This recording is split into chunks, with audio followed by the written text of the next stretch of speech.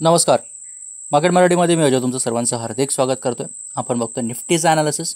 चला तर मग सुरू करूया.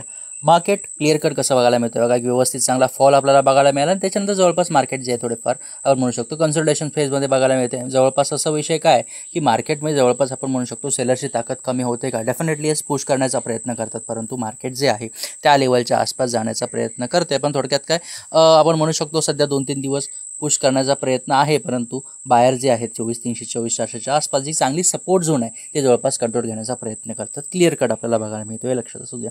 या अर्थ असा आहे की बाबा जवळपास आपण बाईंग कंटिन्यू होईल का सांगू शकत नाही कशी होईल, परंतु आपण हे नक्की करू शकतो की उद्यासाठीचा ॲनालिसिस कसा असू शकतो, उद्यासाठीचे स्टेप्स कशा असू शकतात, स्ट्रॅटेजी कशी असू शकते. चला तर मग सुरू करूया. 2 रेंजेस मार्क केल्या, जवळपास 3 दिवसाचा हाय आणि लो जवळपास कोणत्या, जवळपास 24,300 ते 24,600 या रेंजमध्ये निफ्टी आपल्याला बघायला मिळते, हे लक्षात असू द्या. काय एक्सपेक्ट करू शकतो लक्षात घ्या. जवळपास हाच जर सपोर्ट तुम्ही बघितला तर मार्केट जेव्हा निफ्टी इथून वरच्या दिशेने जात होतं तेव्हा ह्याच लेवलला स्ट्रगल करत होतो 24,300 आणि त्याच्यानंतर रिजेक्शन घेत होतो ते म्हणजे जवळपास 24,600च्या आसपास. 30 रेंज व्यवस्थित काढला असेल तर त्या रेंजच्यावरती टिकल्यानंतर बघा जवळपास ही जी रेंज एक चांगली सपोर्ट म्हणून काम करताना आपल्याला बघायला मिळत होती कोणती, 24,600. काय एक्सपेक्ट करू शकतो उद्यासाठी, सर्वात महत्त्वाचं म्हणजे आजची बाईंग काय बघायला मिळेल, एक चांगली मोज बुलिश काढण्याचा जवळपास एक चांगला बुलिश संकेत आपण उद्यासाठी आपण विचार करू शकतो, हे लक्षात असू द्या.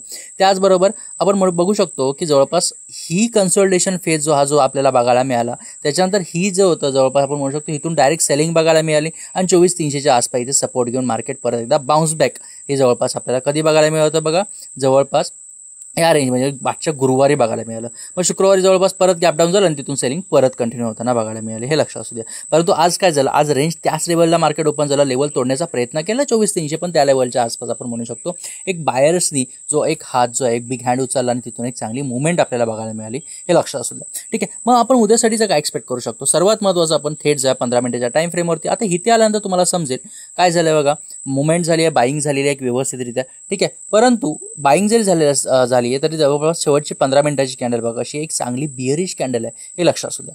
ठीक आहे, आता सर्वात महत्त्वाचा विषय म्हणजे एक चांगली रेंज कोणती, ते सपोर्ट रेंज ती म्हणजे 24,500 मध्ये उद्यासाठीची चांगली सपोर्ट रेंज ज्या लेवलच्या आसपास मार्केट टिकण्याचा प्रयत्न करेल किंवा उद्या मार्केट ज्याच्यावरती होल्ड करण्याचा प्रयत्न करेल, जिथे आज क्लोज झालंय त्याच्यावरती ती रेंज म्हणजे कोणती, 24,500ची रेंज इथे आपण ऍड केली, हे लक्षात असू द्या.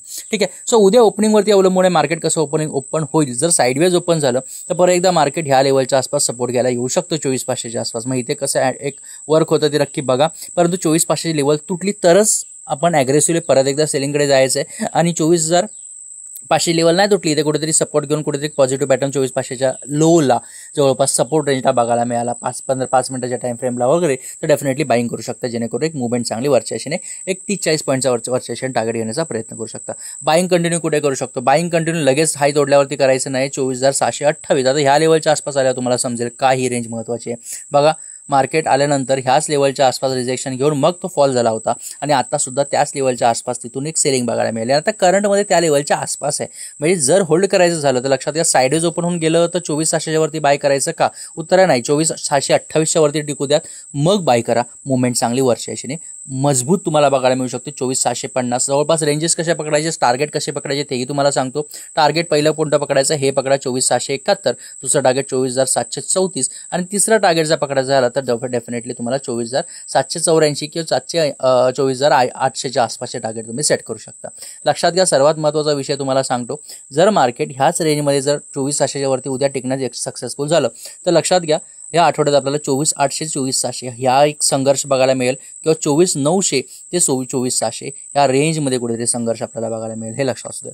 जर मार्केट 24,800च्या वरती होल्ड करून निघालं 24,900 लेवल तोडून, मग म्हणू शकतो हा जो डाऊन ट्रेंड आहे थोडाफार संपून थोडाफार हॉल्टिंगला जाऊ शकतं किंवा तिथून बाईंग कंटिन्यू होताना आपल्याला बघायला मिळू शकते. सो ह्या आठवड्यात आपल्याला काय बघायला मिळू शकतं, जर 24,600च्या वरती टिकलंच तर हा डाऊन ट्रेंड जो कंटिन्यू झाला आहे काही दिवसांपूर्वी जो चालू झालेला आहे काही दिवसांपासून तो संपतोय का, नवीन ट्रेंडचा एक आगमन होत आहे का, हे आपल्याला बघायला मिळू शकतं कधी या आठवड्यात, पण निर्णय घेणं गरजेचं आहे. त्याचबरोबर सर्वात महत्त्वाचा विषय म्हणजे जर रेंजमध्येच राहिलं तर 24,500 ते 24,600 या 100 पॉईंटमध्ये कुठेतरी एक ट्रेड होताना बघायला मिळू शकतो. त्या अर्थात आपल्याला बघणं गरजेचं आहे तर 24,500ची रेंज कसं हँडल करतं, जर त्याच्या खाली टिकतं सेल करा 24,450 24,400, पण ही जी रेंज आहे थोडाफार चांगली सपोर्ट आणि मग जर ह्या लेवलपर्यंत परत एकदा आलं कोणती, जर मार्केट ॲग्रेसिव्हली ॲग्रेसिव्ह म्हणजे मोठ्या मोठ्या रेड कॅन्डल्स सोडून जर 24,400च्या खाली टिकलं, मग हे 50 पॉईंटची जी रेंज आहे, जी चांगली सपोर्ट आहे 24,350 ते 24,400, ही जर तुटताच तुम्हाला एक मोठा अजून फॉल जवळपास 24,000पर्यंत मुवमेंट तुम्हाला बघायला मिळू शकतं. जर मग तुम्ही ह्या लेवलच्या आसपास पकडू शकता, एक जवळपास चांगला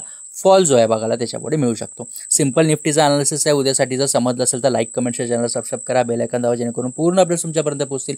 माझ्या मते इथे तुमची मी रजा घेतोय. धन्यवाद.